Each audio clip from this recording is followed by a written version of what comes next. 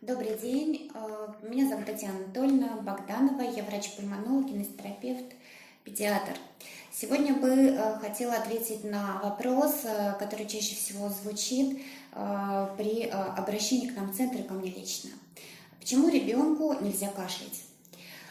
Действительно, сталкиваясь с детьми, которые болеют хроническим бронхитом, острым обструктивным бронхитом, любым хроническим бронхолегочным заболеванием, муковисцидозом, хронической обструктивной болезнью легких и так далее, все дети кашляют.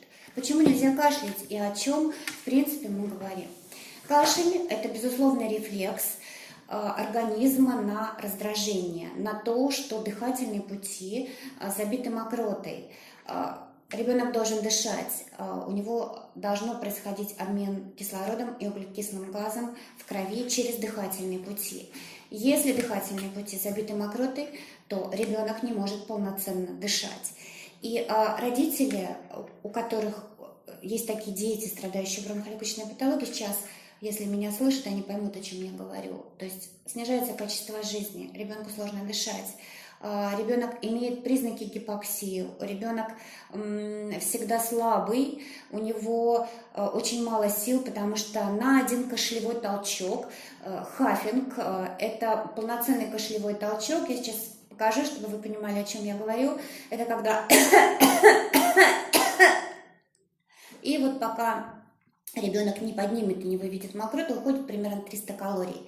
Поэтому все дети активно кашляющие тратят очень много калорий, сил на то, чтобы вывести эту мокроту. Но, во-первых, очень много уходит сил. Во-вторых, вывести, собрать всю мокроту из дыхательных путей, благополучно поднять и вывести кашлевым рефлексом нельзя. Когда мы активно кашляем, то происходит спазмирование бронха в ответ на кашель, потому что турбулентные потоки, которые идут в дыхательные пути, провоцируют бронхообструкцию, сужается бронх, и ребенок выкашливает фактически только часть мокроты, пенку, и сплевывает наружу. Вся остальная мокрота, спазмированный бронх, опускается вниз и остается там. Вывести всю мокроту, которая находится в нижних дыхательных путях, кашлевым рефлексом кашля невозможно. Кашель приводит к изменению хабитуса, внешности ребенка. Что происходит или как выглядит кашляющий ребенок, или хабитус кашляющего ребенка. У кашляющего ребенка укорачиваются плечи, укорачиваются мышцы стерноклеидомастоидоз, соответственно, меняется осанка. У кашляющего ребенка появляется отечность лица. У кашляющего ребенка, страдающего гипоксией, появляется соответствующий цвет лица, землистый оттенок лица. У кашляющего ребенка, еще раз повторюсь, всегда нет сил, потому что на откашливание, на выведение мокроты уходит много сил. Так вот, кашлять нельзя.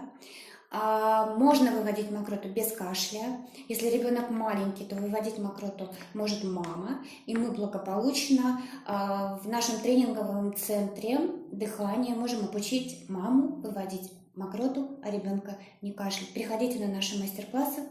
Мы обучим вас этому, и ребенок перестанет кашлять. Такая практика существует во всем мире. За рубежом в пульмонологических стационарах дети не кашляют. Более того, пациенты и взрослые, и дети с хронической бронхолегочной патологией, прошу прощения, выводят мокроту и не кашляют. И с удивлением, когда врачи у них спрашивают: а вы откашливаете мокроту? Говорят: нет, мы выводим мокроту без кашля. Спасибо за внимание, ждем вас на наших мастер-классах, на нашем YouTube-канале и на наших страничках в соцсетях. Всего доброго!